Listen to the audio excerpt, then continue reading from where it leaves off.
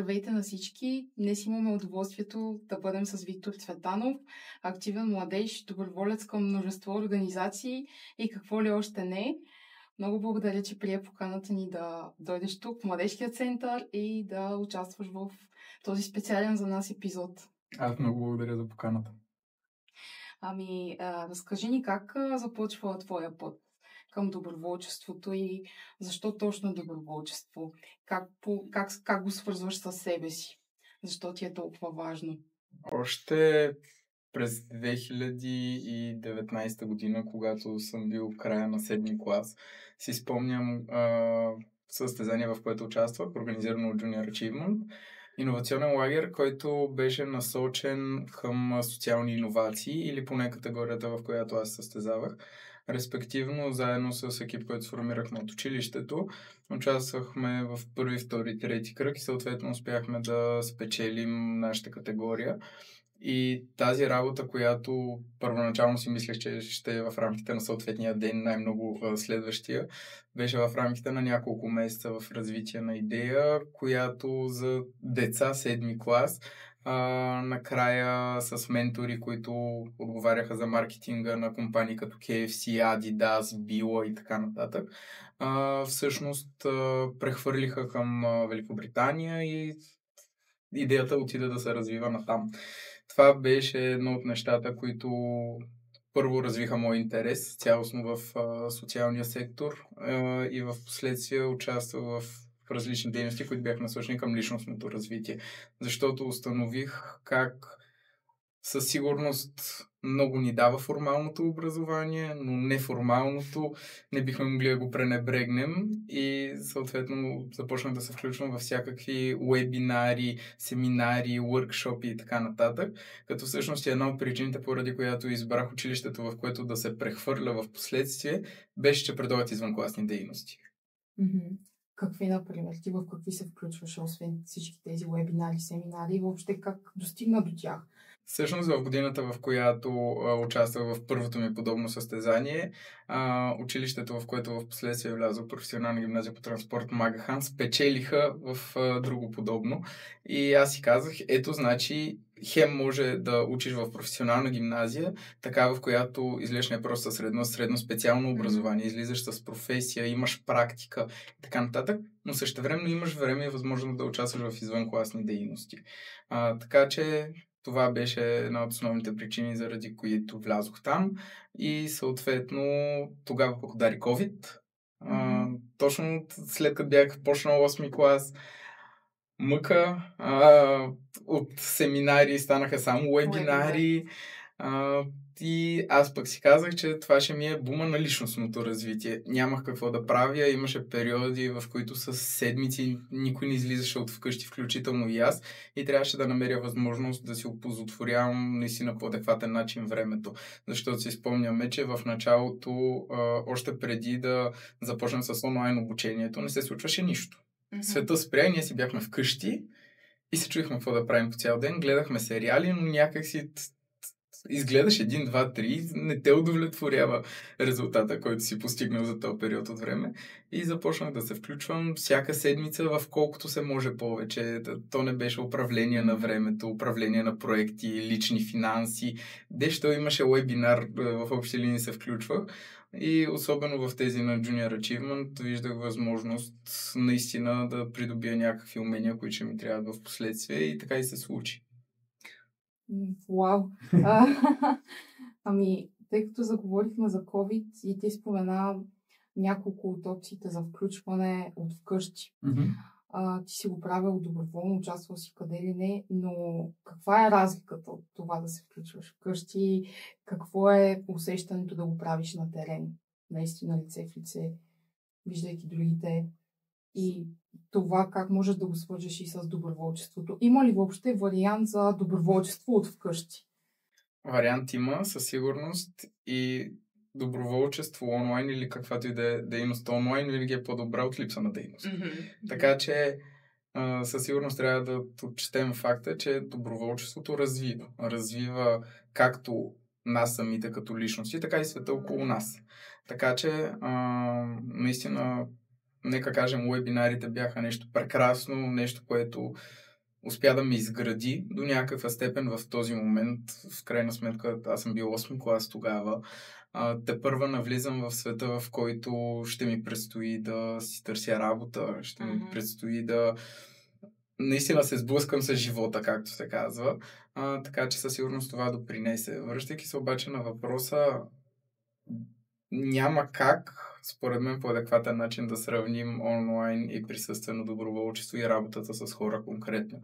Защото макар и да можем наистина да постигнем не малко, когато доброволстваме онлайн, контакта с хора, това, което в крайна сметка ние вършим от добра воля, много голяма част от нас го правим, защото виждаме отсреща резултата, виждаме реакциите на хората и начина, по който ние успяваме да допринесем за тяхното благополучие.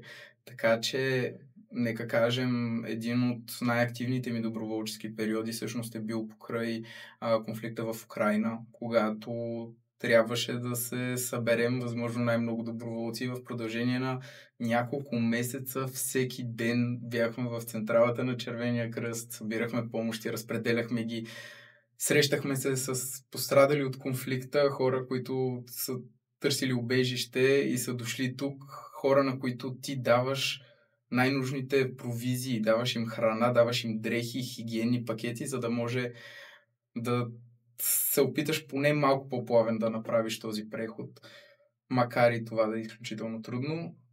Не бих могъл по никакъв адекватен начин да сравня доброволчество в онлайн среда и това, което виждаш като реакция и като благодарност от хората на живо. Ти спомена, че тепърва в 8 клас започваш да се сблъскваш с тези усещания, с тези истински неща и тепърва навлизаш в този свят на доброволчеството. Обаче ми направи впечатление, нали, че казваш 8 клас. Има хора, които към днешна дата доста по-късно го преоткриват. Теб какво те подтикна, някой вдъхновили те на такава ранна възраст да го откриеш и въобще каква е историята на попадането ти в Българския червен кръст? Търсейки всякакви възможности по времето на COVID да се включвам във всякакви дейности, едно от нещата, които имах възможността да направя, е да се включа към клуба на БМЧК в моето училище. Медицинската сестра дойде, погледна ме, каза: ти си сериозен, ти трябва да станеш доброволец, ще те вземем в ученически екип по първа помощ, който се готви за състезание. Състезанието така не се осъществи заради COVID, но същевременно участвах в подготовката на отбора. Това беше нещо изключително интересно, ценно и полезно. И в крайна сметка това беше едно от първите неща, които правих в Червения кръст. Доста беше тежък момент, в който ни казаха за 2 поредни години няма да има състезание и вие сте се готвили, придобили сте много важни знания и умения, но няма да може накрая да се появите на това състезание и да ви кажем, вие сте първи, втори, трети, което в 8 клас, моята личност, беше някаква пропусната възможност. Същевременно обаче, в последствие, осъзнайки пак колко важни умения съм придобил и това, че аз се чувствам спокоен, разхождайки се на улицата, отивайки на концерт или просто излизайки навън, че когато нещо се случи около мен, ще мога да помогна. И това се е случило изключително много пъти. И това са умения, които без доброволчеството ми в Червения кръст и дори пропускането на тези състезания, надали щях да разбера колко са важни. И това всъщност е една тема, която недостатъчно се разглежда, когато говорим за формалното обучение конкретно. Се си мисля, че първата долекарска помощ е нещо, което, особено взимайки предвид, нека кажем в София, откъдето съм, че в момента има недостатъчен брой екипи и медицински специалисти в Центъра за спешна медицинска помощ. Всеки един от нас да може да допринесе с малко, винаги би било добре. Това, което ми беше любопитно е дали не си се стряскал. Някой да дойде да ти каже: избирам теб, за да оказваш първа долекарска помощ. Това не е ли прекалено голяма отговорност за едно, бих казала, дете или тинейджър, някой, който е в този преход, тази възраст? Със сигурност, още на 14 години съм бил в този момент. Същевременно обаче аз много го виждах като извънкласна дейност, в която мога да участвам. И това беше всъщност една възможност, която грабнах. всъщност в последствие преминах различни обучения. Обучавах се по първа помощ, станах презентатор, почнах да водя презентации в училище, след това придобих и обучителско право, обучавах доброволци по темата. И след това, след всичко, което се случи спрямо направлението първа помощ, аз установих, че това е нещо изключително важно, но не е сферата, в която искам да се развивам. И нека кажем, въпреки че първите 2 години от доброволческия ми път в БМЧК бяха насочени конкретно към първата помощ, в последствие разбрах за активното включване в социална среда, което е насочено основно към младежи и по-малки деца, като започнах знанията, които съм придобил по първа помощ, да ги водя в една програма, Healthy се казва, която е за деца от детски градини до 4-ти клас. Още в детската градина, когато основното не ти е да го научиш как ще направи превръзката, превенция на травматизма при нараняванията и цялостно превенция на нараняванията.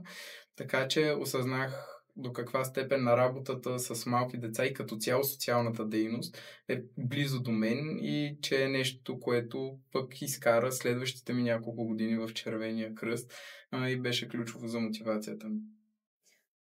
А кои са инициативите или проектите, които са ти най-скъпи? Може би най-скъпото нещо, което успях да създам заедно с екипа, тъй като абсолютно нищо, което се е случило в рамките на доброволческия път, не е било само единствено заради мен, но то е Дързай смело. Нещо, което дойде по време на един телефонен разговор, в който започнахме да си говорим за това как имаме хора, които сме в доста различни организации, но няма едно място, един форум, в който да се събират тези организации, но не просто НПО-тата, които да си говорим какви проблеми имаме, но и институциите. За това да има кой да ни чуе и в крайна сметка да търсим реално решение на проблема. Така се роди Младежки форум Дързай смело, който в края на 22 година той беше около Деня на доброволчеството, нещо около което се целяхме.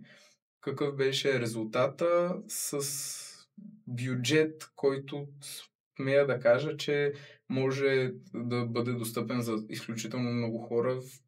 Включихме всичко в под 120 лева за цялото събитие, което обедини 15 НПО-та институции, включително министерства. Като просто се свързахме с университета НСА, Националната спортна академия, и им казахме: хора, имаме прекрасна идея, искаме да сте партньори и да го случим при вас. И те ни отдадоха съответно залата безвъзмездно. След това се свързахме с един от дистрибуторите на вода, казахме: хора, имаме прекрасна идея, те ни дадоха няколко стека вода. И всъщност така започна всичко. В последствие идеята до такава степен видяхме, че е полезна и наистина има смисъл от нея, тъй като, нека кажем, в момента предполагам, че и по-голямата част от аудиторията е чувала за демократичната мозайка, събитие, което прави нещо сходно, но то се появи за първи път през 23-та, т.е. започвайки ние назад във времето през 22-та, нямаше такъв форум, нямаше нещо, което да обединява всички, и в последствие прерасна в цял проект, който наистина достигна хиляди души. Беше финансиран от Министерството на младежта и спорта през Националната програма за изпълнение на младежки дейности по член 10 от Закона за хазарта. Нямаше как. И всъщност второто издание на Младежкия форум беше под патронажа на министъра. Нещо, което за мен в този момент, който съм, нека кажем, на 17 години, беше изключително постижение да го направя заедно с екипа. И развихме изключително много други дейности в рамките на целия проект, а пък през последната 24-та година беше под патронажа на кмета на София. Така че една инициатива, която от един телефонен разговор как можем да обединим тези организации и институции, стигна до там да бъде ежегодно събитие, което да обединява не просто неправителствените организации, а институциите, които наистина да чуят, и всяка година да имаме представители на различни министерства, които съответно спрямо техния ресор да кажат какво биха могли да направят и респективно след това ние да търсим реалното действие от това. А трудна ли е комуникацията и връзката с всички тези институции, които сте целели да обедините в рамките на този форум? Със сигурност не бих могъл да кажа, че е лесно, защото говорим за младежки дейности, които рядко успяваме да планираме много месеци напред. И институциите рядко имат възможност, когато им кажеш след 2 или 3 седмици имаме събитие в събота, което не е работен ден, някой изобщо да дойде. Но хубавото е, че независимо от коя институция са, проявяваха разбиране. Тоест, дори и те да нямат възможност да дойдат присъствено, извиняваха се, казваха, че ще изпратят поздравителен адрес или по някакъв начин ще се опитат да се включат в това събитие, защото виждаха смисъл. Да. А какво ще ни разкажеш за участието ти на европейските срещи в Брюксел? Нещо, което със сигурност беше вау за мен в рамките на доброволческия ми път. Беше първия път, в който успях да се докосна до европейските институции, отивайки в Брюксел. Като всъщност, връщайки се малко назад в историята, бях избран да бъда част от българската делегация тогава, която да отивам на събитието на Level Up, което, макар и да беше концентрирано върху европейските избори, ги разглеждаше през призмата на гражданската активност като цяло и как бих могли да мотивираме младите да са граждански активни. В последствие обаче, получавайки възможността да бъда част от делегацията на Евроазиатската мрежа на Червения кръст, Червения полумесец, се включих в нея и по този начин успяхме пък повече българи да бъдем на място там. Пък аз бях на терен като представител на Червения кръст. Изключително интересно и полезно събитие, отваряйки ми очите и за това колко са силни младежите и на европейско ниво за дейностите на Европейския младежки форум и всякакви други младежки организации, които не просто на национално ниво са активни, а имат една голяма шапка, която чрез застъпничество успява да постигне реални промени. Втората, в която имах възможността да бъда тази година, отново беше от страна на Червения кръст, като беше насочена към младежките диалози с еврокомисари. Една инициатива, която тази година се проведе за първи път и беше нещо изключително ценно, защото във всеки един ресор, всеки един еврокомисар беше длъжен да проведе диалог за младежка политика с младежи от цяла Европа в различни неправителствени организации, като този, в който се включих аз, беше във връзка с подготовка за кризи и реакция при бедствия. Да. А какво е посланието цялостно, което остави там? И въобще какво е това нещо, което искаш да кажеш не само на организациите, към които членуваш и принадлежиш, но и на всички останали? Какво е важно за теб да знаят те просто? Със сигурност, ако трябва да използвам една дума, която да опише всичко, е дързай, защото за мен, особено поглеждайки дефиницията, която означава да изпълняваш иновативни действия, да си смел, да го направиш наистина нещо иновативно, но което да може да промени някого. Няма как да не отбележа, че всяко едно действие, независимо какво е позитивно, негативно, доброволческо, работно, в крайна сметка бих могли да разглеждаме като една искра. Всяка една искра има възможност да запали огън. Този огън може да се окаже пламък за развитие на човека и доброволческия му потенциал, а липсата на действия съответно може да отиде в другата насока и все по-малко хора да участват в доброволчески дейности. Радвам се, че виждам все повече позитивни искри и все още виждам много горящи пламъци около себе си. Надявам се да бъдат още и още, но взимайки предвид и разделението на младежите, що се отнася до това, че много голям процент от активните хора сме активни навсякъде. И има много голям процент от хората, които изобщо не се включват в никакви дейности. Така че винаги е хубаво да търсим златната среда и не просто да се стараем да имаме, нека кажем, 500 човека в България, които участваме на половината събития, които се случват, а да имаме 1500, които участват в поне едно събитие на всеки 3 месеца. Които се включват навсякъде и да са различни. Това е нещо, което и аз си мисля напоследък и ми е малко болна тема, защото чувам и коментари от типа на вие навсякъде сте едни и същи. Тъй като и аз се опитвам да се включвам тук и там, подавам си кандидатури тук и там и виждам, че наистина в един момент се оглеждаш и виждаш все познати лица. И някакси това се явява и като спънка за някой друг да се включи, да се осмели, да направи нещо ново.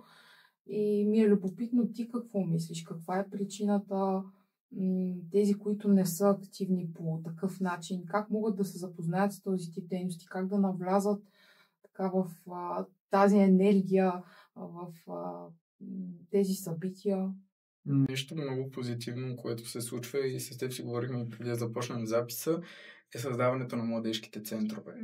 И това, че младежкият център е модерното читалище. Мястото, на което младежите могат да се съберат, да извършват всякакви дейности, независимо дали било то спортни, такива насочени към личностно развитие и в крайна сметка да участват в нещо. Защото със сигурност трябва да отбележим, има извънкласни дейности. Те са изключително полезни.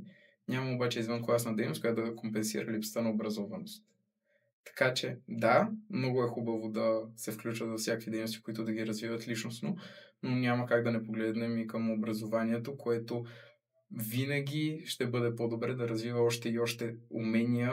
Нека кажем, започвайки с най-простия пример, как да си платиш данъците и здравните осигуровки тогава, когато завършиш 12 клас, в тези 3 месеца, в които ти още не си студент, но не си и ученик и ти трябва да си платиш здравните осигуровки, но никой не ти казва как се прави това. Точно. Абсолютно. И всеки се опитва сам за себе си да си разбере как се случва и е един процес, който, нека кажем, може да е една тема за половин учебен час, нека да се разгледа. И започвайки от уменията, които ще ни трябват на практика, веднага щом излезем и на пазара на труда, но и такива, които са насочени повече към личностното развитие, защото да развиваме паметта и логическото си мислене, хубаво е, но нека да развиваме и личностни умения, които ще са ни полезни за напред. А мислиш ли, че е необходимо да се имплементират такъв тип теми в училище, които да са ни полезни, за да знаем какво да правим, когато се озовем в тази ситуация? След 12 клас или в период, който не знаем къде се намираме и се лутаме между студентството, работата и въобще всичко, с което се сблъсква като трудно с един млад човек. Училището какво може да направи според теб? Училището, нека кажем, че е една институция, която събира всички младежи всяка седмица, всеки работен ден за по няколко часа. И се си мисля, че има по-голям потенциал да направи една искрена, голяма и устойчива промяна, отколкото която и да е доброволческа дейност, която би отнела, нека кажем, 1 час седмично. Така че има огромен потенциал за развитие на всякакви дейности, включване на всякакви теми. Да, разглежда се първата долекарска помощ съвсем накратко, но за мен това е нещо, което, нека кажем, може да се разшири. И виждаме как се включват нови и нови теми, нови и нови предмети дори, които да биват обучавани учениците, а в крайна сметка ние им даваме нови знания, но не ги мотивираме да придобият нови умения. И все си мисля, че личното ми мнение е такова. Имаме достатъчно логическо развиване на мислене, достатъчно часове по математика, нека кажем. Няма нужда да повишаваме часовете по математика. Имаме нужда от това да се направи по адекватен начин, да бъде наистина придобиване на знания, които са не просто на хартия и да си го назубрил, а да знаеш защо това се случва, да знаеш какъв е смисъла на синус и косинус. Защото това е нещо, което на практика абсолютно никой от нас не използва в ежедневието си, освен ако не е инженер или да се занимава с нещо сходно. Но пък за това в колко много професии би могло да се използва е тема, която би могла да се разгледа. Но не тъй като има прекалено много уроци, прекалено много теми, които трябва да се обхванат. Напълно разбирам и учителите, които просто нямат възможността, дори да имат желанието и потенциала, да предадат възможно най-много и интересна информация за учениците. Така че има достатъчно материал, има достатъчно неща. Нека да обърнем внимание просто на придобиването на ценни умения. Добре. Ами, тъй като си говорим за образование, би могъл да ми споделиш и в коя сфера ти в момента се образоваш? Разбрах, че си завършил вече първи курс в университета. Да, точно завърших първи курс. Всъщност специално сами обществени политики и практики. че аз съм от университет по библиотекознание и информационни технологии и колкото и да се чудих каква точно ще е специалността, в която искам да се съсредоточа в бакалавърската ми степен, това, което направих, е, че просто спрях да гледам университета, спрях да гледам града и започнах да гледам специалности. Да. Казах си, за мен е по-важно наистина каква специалност ще бъда. И това беше тази, която най-близо усетих до мен. Имах възможност да се включа и в различни в университети, които в класациите са по-високо, но за мен водещото беше наистина да съм част от специалност, която по някакъв начин едновременно хем ще рефлектира, хем ще успее да развия моите знания и умения по темата. За момент съм изключително доволен. Разглеждаме както какво представлява една политика, така и как се изгражда тя спрямо всички нужди на хората. Така че много широко обхватна специалност, но и такава, която е насочена конкретно към хората. Нещо, което благодарение на Червения кръст установих, че е нещо, с което искам да занимавам.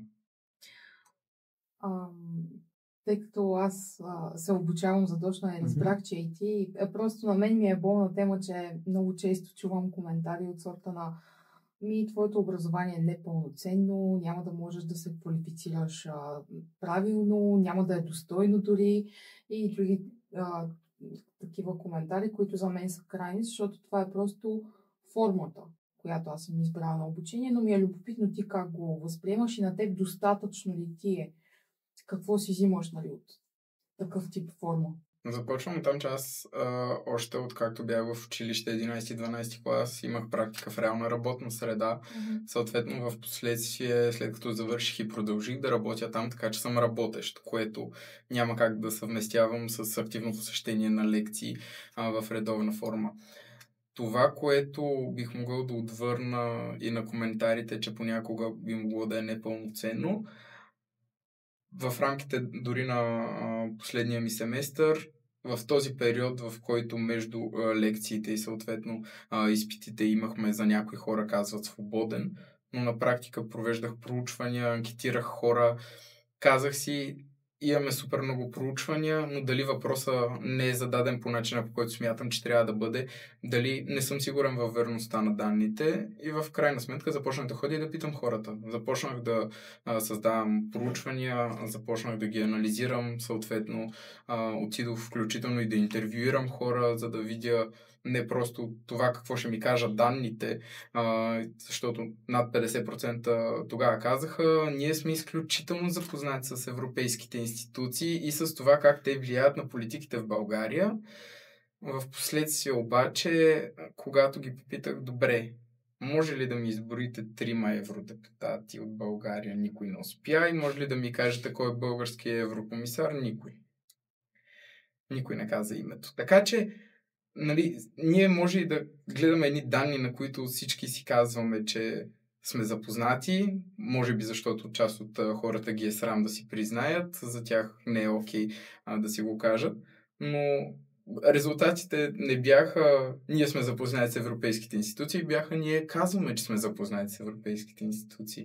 И всъщност, започвайки да провеждам такива проучвания и наистина да ги анализирам, осъзнах как ти на една суха статистика много трудно може да се довериш, трябва да видиш наистина какво седи зад нея. Да. Тоест, това, което си избра да следваш като специалност, до голяма степен пасва и на гражданското участие, с което се занимаваш като активист. Със сигурност имам възможността да съм с колеги, голям част, които работят в институциите, така че имаме както представители на неправителствения сектор, така и на публичния и в крайна сметка заедно да сформираме едни сходни разбирания за това как би следвало да изглеждат политиките в страната и как всъщност ние бихме могли да живеем един по-добър живот. След толкова много хора, с които се срещаш и толкова много хора, които познаваш, къде най-често попадаш на съмишленици? По принцип навсякъде. Защото може би няма път, в който да съм дошъл в Пловдив и да не съм видял никой познат. Не е имало път, в който да отида на някое събитие и да не видя някой и да се окаже, че ние сме прекарали много голям част доброволческия си път заедно. Пак казвам, защото освен, че се срещаме с много хора, до голяма степен в различните дейности се припокриваме. Но място, на което със сигурност смятам, че срещам съмишленици, това е Червения кръст, защото има 7 фундаментални принципа, от които започва всичко. Първите 4, от които са хуманитарните принципи. Хуманност, безпристрастност, независимост и неутралност. И започвайки фундаментално да мислиш по този начин и уповавайки се на тези принципи, осъзнаваш колко по-добре бихме могли да живеем, колко по-добър не само начин на живот, а и цялостно перспектива и през каква призма можеш да погледнеш. Начинът, по който това променя мисленето и срещането с толкова съмишленици там, със сигурност успя да промени и мен самия. Да. Имаш ли някакви нови цели и проекти, по които работиш напоследък по-активно и за които би искал да разкажеш също? Участвам в различни доброволчески дейности. Правя всичко възможно да подпомагам всички организации, от които съм част, тъй като това, което установих, е, че във всяка една организация може да вземеш нещо различно.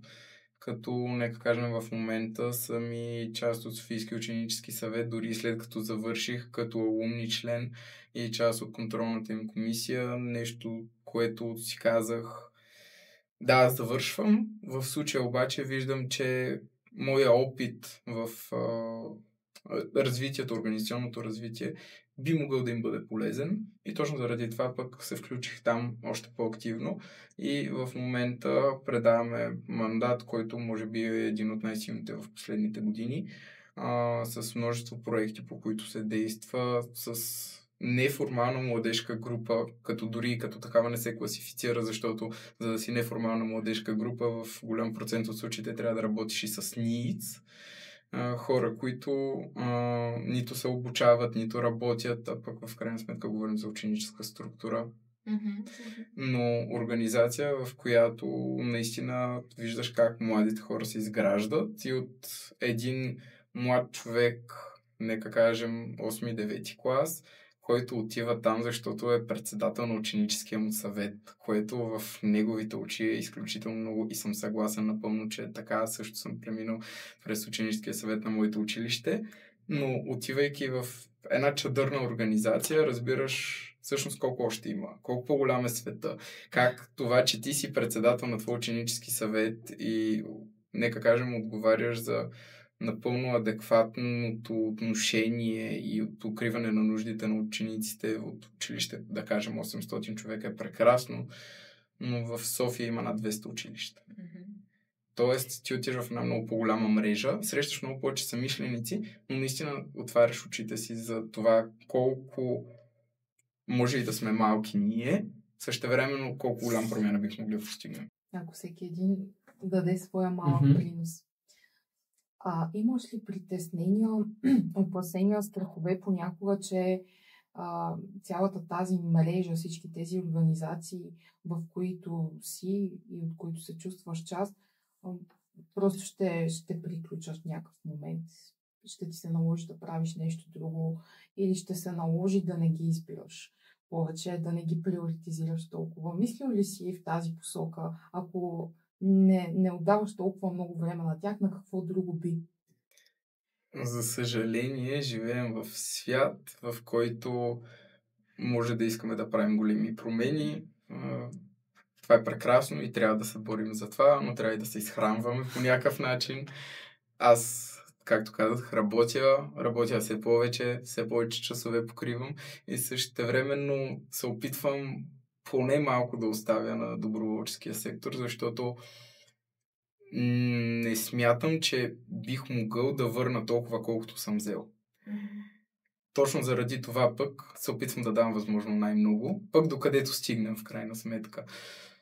Организации, от които съм част, във всяка една виждам смисъл, във всяка една от тях виждам по какъв начин е развила мен и е развила много повече хора.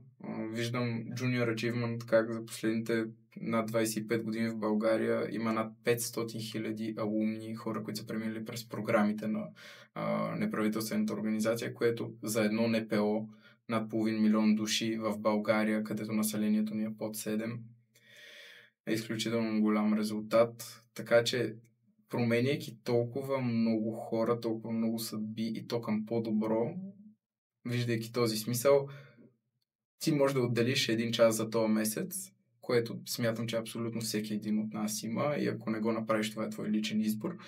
Но да отделиш дори 1 час месечно е нещо, което може да промени наистина една съдба. Кой е Виктор Цветанов извън срещите, организациите, ангажиментите, проектите в доброволческите каузи? Няма как да говоря за себе си извън тях, защото те са неща, които са ми изградили като личност, но нещо, което мога да кажа лично за себе си отвъд тях. Занимавам се с народни танци вече 14 години. Wow. Още от детската градина почнах и така като тръгна до 7-ми клас съм бил хореографска паралелка, нещо, което усетих много близо до мен, съответно после развих. И участвах в различни състави, така че народните танци също са нещо близо до мен и това да запазваме българските традиции под една или друга форма. Освен това, опитвам се възможно най-много време да отдавам не просто на личностно развитие, що говорим до придобиване на конкретни умения, но и до ментално здраве. Нещо, което все повече започва да се говори и все не е достатъчно, защото живеем в един забързан, глобализиран свят. Живеем в свят, в който всеки един от нас всеки ден има какво да прави, трябва да прави нещо. Живеем в свят, в който същевременно ти можеш да си хванеш телефона, да отвориш TikTok и да изкараш 4 часа там. Причината, поради която аз съм си изтрил TikTok преди 2 години и от тогава просто не си го тегля, защото смятам, че това е по-добрия вариант. Аз не съм го изтегляла. Но да, след като и аз стигнах до периода, в който гледаш и те бисквитките са направени по такъв начин, че да те задържат още и още, си казах, отивайки на един международен лагер, аз искам да го изживея, искам да си оставя телефона и да съм отвъд него, да съм в реалния свят. И тогава просто хванах, изтрих си TikTok, изтрих още няколко приложения и си казах, аз ще съм на момента в живота и ще се наслада възможно най-много. И всъщност, установявайки тогава колко е хубаво това, много голяма част от тях изобщо не съм се опитвал да си ги тегля отново, просто защото виждайки до каква степен може да допринесе това и за менталното ми здраве, това да отделя време от това да си почина до това, нека кажем, просто като усещаш, че много неща сте се събрали, да замълчиш за моменти, да медитираш няколко минути, неща, които наистина отнемат изключително малко време, но могат да имат огромен принос за менталното здраве. Един малко странен въпрос, но снимаш ли често? С Какво? телефона. Ами някъде, където си, на някое събитие, искаш ли да извадиш просто телефон, идва ли ти отвътре, за да го запазиш този спомен, за да го запечаташ, за да го имаш просто наличен? Да, все по-често това се случва, защото осъзнавам, че ми се случват толкова много неща. Срещам се с толкова много хора, че в един момент си казваш... Забравяш кои са. Да, казваш си, че ти си бил еди къде си, но нямаш реален спомен за всеки един от малките моменти. Затова, освен да си вадя телефона и да снимам, и то не просто снимки, а видеа, което установих, че много повече ми помага, когато се върна от някакво голямо събитие или дори докато съм в самолета наобратно, просто да си отворя ноутс на телефона и да си маркирам основните неща, които са се случили, защото по този начин, след това отваряйки, прочитайки, се връщат просто изключителни спомени, които друго яче нямаше да си върна. Защото всички знаем, имаме си една пасивна памет, която седи там, но не бихме могли да я достъпим иначе. Но правенето на снимки, заснемането, записването, всичко това, дори да си отворя старите тефтери, в които за всякакви работни срещи съм си писал и съм си казал, ние наистина направихме и това. Нека кажем, така наскоро се пресетих на едно събитие, че Имахме възможността с екипа в БМЧК, който водех по това време като координатор за София, заедно с Софийски ученически съвет, с Американския колеж в София да направим най-голямото регионално почистване с над 3000 доброволци, които се включиха в един ден да почистим София. Съвместно с общината. Да, почистихме 22 от 24 района на София. Което отново дойде като просто една идея, докато отивахме към театъра, ми казаха: ние мислим да правим еди какво си, при което им отвърнах: окей, нека да го направим заедно. Ние, нека кажем, имаме човешкия ресурс, капацитет, ние ще допринесем с това, имаме организационния такъв, ще заедно говорим с общината, ще се опитаме да издействаме всички разрешителни, ще говорим с инспектората, дирекция сигурност, каквото трябва, и в крайна сметка се случи нещо, което колкото и да е голямо като мащаб, всъщност е само един ден от последните години. И не бих могъл всеки един такъв спомен да го запазя до такава степен, до каквато ми се иска. Така че да, снимам, да, записвам и да, правя всичко възможно да запазя всички спомени. Добре. Много хубави неща си говорим. Много добри каузи и инициативи си случил, реализирал, участвал си на много неща, но имало ли е нещо, което наистина те е затруднило в някакъв момент? Било е истинско предизвикателство за теб да го изпълниш? Имало си огромното притеснение дали ще се реализира, дали ще се случи? Имало е немалко такива неща, включително едното от изданията на Младежки форум Дърза и смело случихме от събирането на екипа, през писане на писма, покана на участници, запазване на зала и реализиране на събития в рамките на под месец. И пак включваше институции, които се навиха да дойдат, за което благодаря. Но ако трябваше да откроя едно нещо, което няма как да не отбележим, това като труден момент е съвместяването на всичко с училище, в този момент с практиката, с участието в множество организации. Имаше моменти, в които се преработвах, имаше моменти, в които навлизах в нещо, което, макар че е модерно в момента, всеки да казва почти, че е изпадал в такова състояние, той да найде по-сериозно това, което е общо възприетото бърнаут. Да прегориш, да ти трябва време след това няколко седмици да се съвземеш, наистина да си върнеш капацитета, който си имал преди това, защото този стрес се акумулира и накрая избива. Така че със сигурност едно от нещата, които са ми били трудни, са тези моменти, но пък те ме научиха за това колко е важно да се грижим за психичното ни здраве. И за това, и както си говорихме по-рано, е едно от най-ценните неща, които съм си взел. Добре, къде разпускаш? Имаш ли си някое любимо място в София или извън София? Къде ходиш, когато имаш нужда да изпушиш цялото това напрежение? Аз съм изключително социален човек, така че винаги, когато имам възможност, се срещам с възможно много хора, приятели, колеги, хора, с които споделяме по някакъв начин сходни разбирания, а и дори да не, просто е така да седнем и да дебатираме по конкретна тема. Когато обаче наистина усетя нуждата да се изключа, това, което правя, е да отида на село, близо до София, където обаче няма обхват на телефоните, няма интернет, няма Wi-Fi, няма абсолютно нищо. Има гора, има река, има семейство, има приятели, хора, с които да се събереш и да прекараш времето си пълноценно. А какво мисли твоето семейство за пътя, който си избрал да следваш и по който да вървиш? Със сигурност е имало моменти, в които те са казвали: окей, участвай си в каквото искаш, но това е след като си научиш всичко, свършиш абсолютно всичко, което имаш за училище, отиваш на работа по начина, по който следва да е, и правиш абсолютно всичко, което трябва, оттам нататък си прави каквото искаш. Имало е периоди, в които не съм бил толкова редовен на училище, нека кажем покрай кризата в Украйна, благодарение на споразумение между Министерството на образованието и Българския червен кръст имах възможност да отсъствам от училище за определен период от време.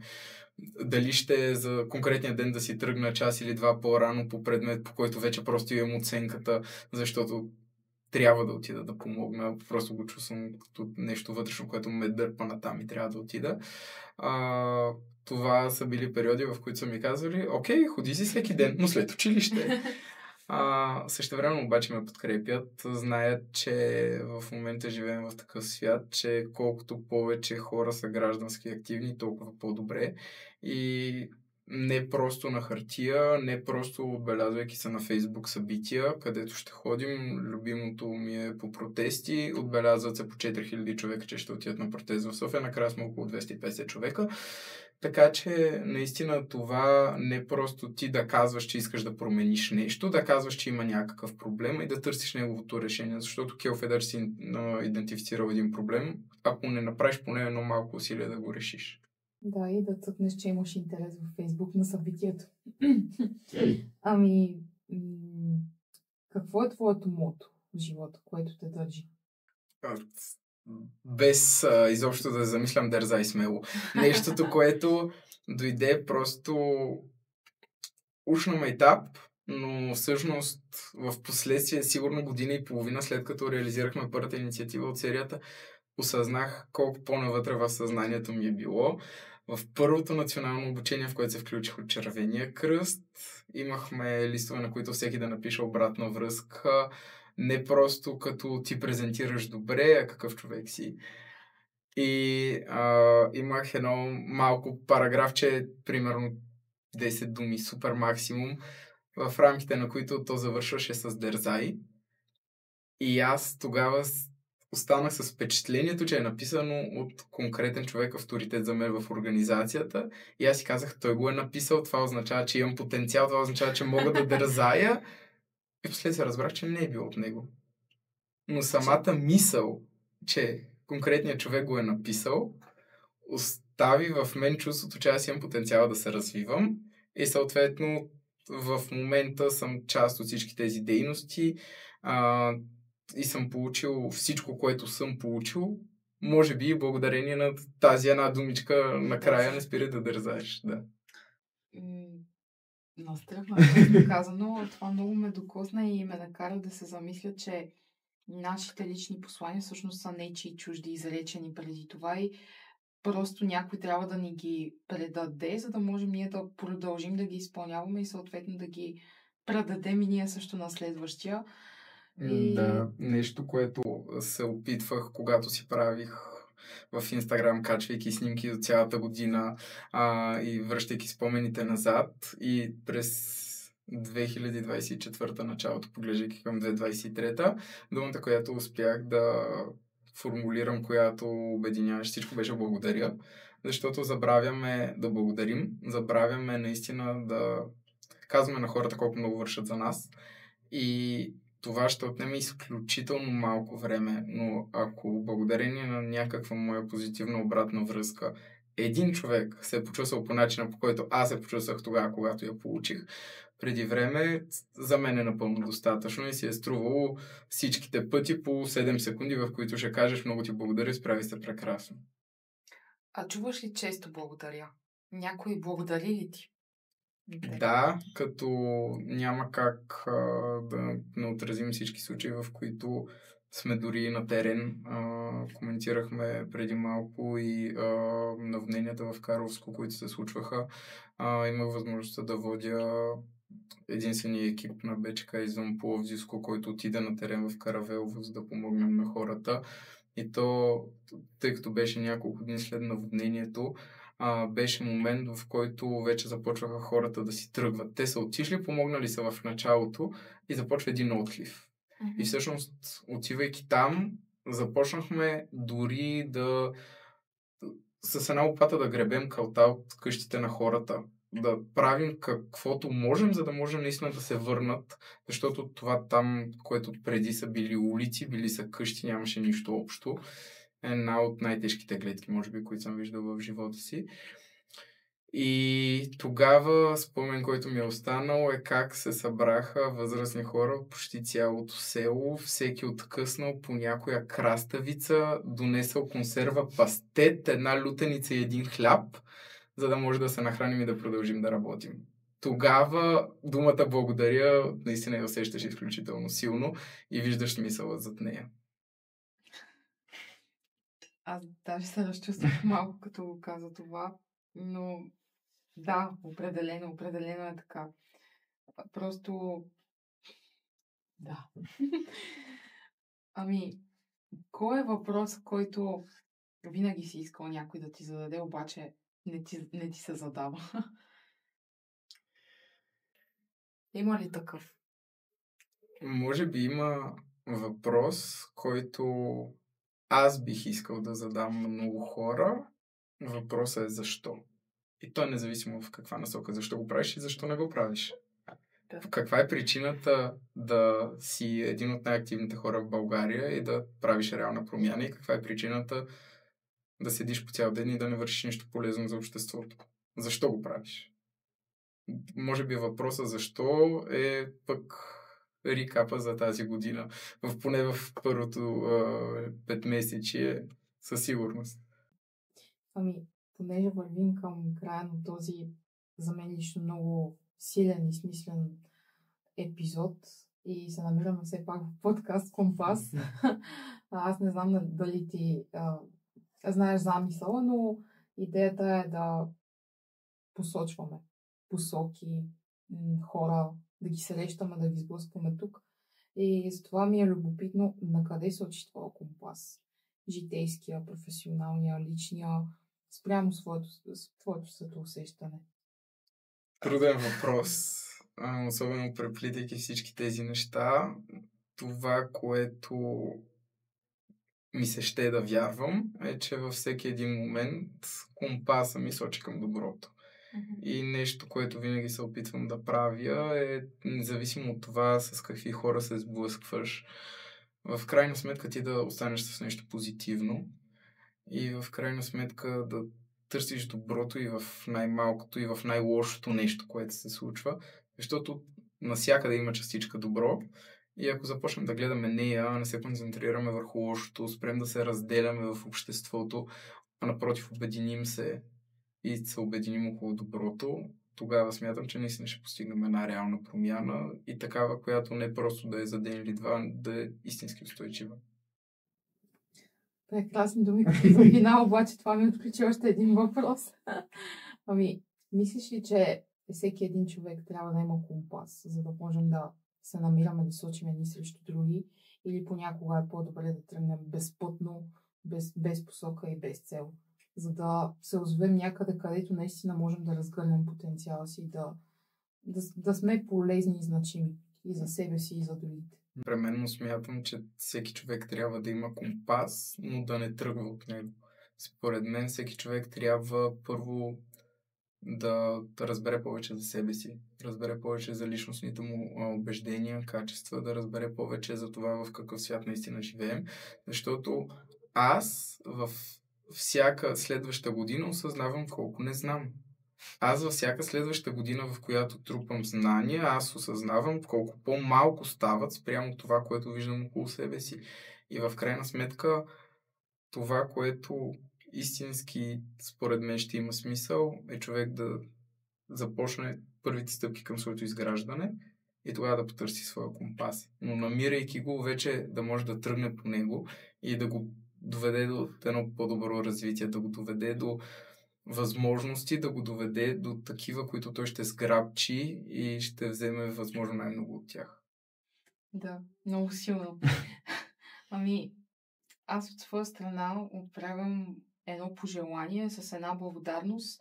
Ти самия да се окажеш компас за много хора по пътя си и както до сега да продължаваш да показваш една посока, в която който реши може да те последва и да вземе от твоя пример и от твоето вдъхновение, което вярвам, че споделяш с всички останали и ти самия да се чувстваш истински удовлетворен от всичко, което случваш и дързаеш.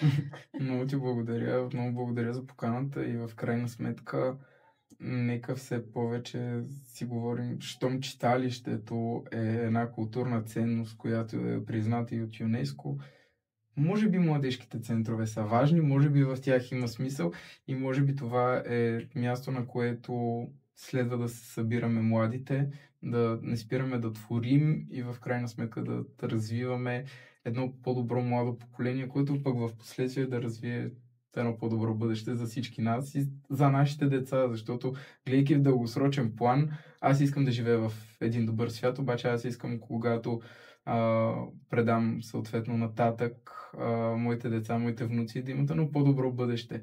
И за това казвам, че хубаво е да имаме компас, но първо трябва да осъзнаем в какъв свят живеем. В това, че всъщност живота е много по-дълъг и голям от нас.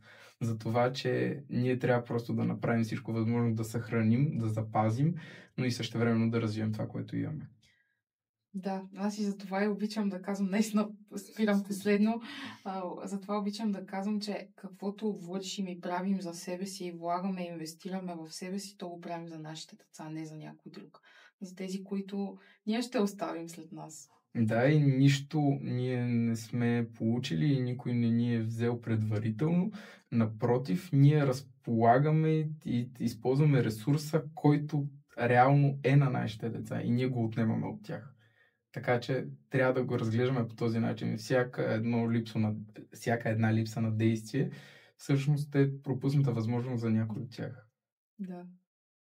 Благодаря ти много. И аз много ти благодаря.